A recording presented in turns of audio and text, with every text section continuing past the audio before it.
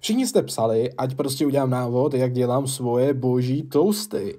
Takže potřebujete avokádo na guacamole, potřebujete polovinu červené cibule ideálně, pár rajčat, cca v poměru s tím avokádem, aby to bylo tak půl na půl, pepř, sůl a sojovku si dávám na dochucení.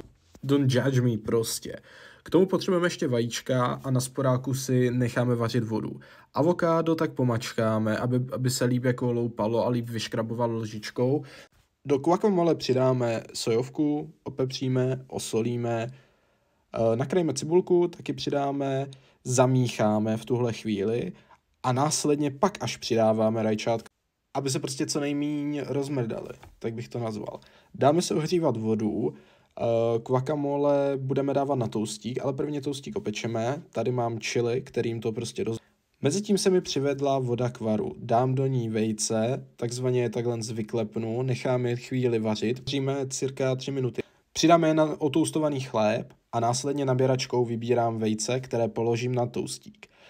Ozdobíme je chili a následně můžeme rozkrajovat a kontrolovat, jak se žloutky roztečou. Po 3 minutách se většinou takhle krásně roztečou a prostě jsou skvělí. Chutná to dobře, bye.